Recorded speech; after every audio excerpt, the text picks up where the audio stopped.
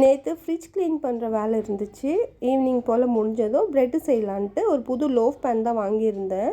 East எப்போவுமே நல்லா Bloom ஆகி வரும். நேற்றுன்னு பார்த்து 2 முறை சுத்தமாக ப்ளூம் ஆகல, தூக்கி ஊற்றுற மாதிரி ஆயிடுச்சு.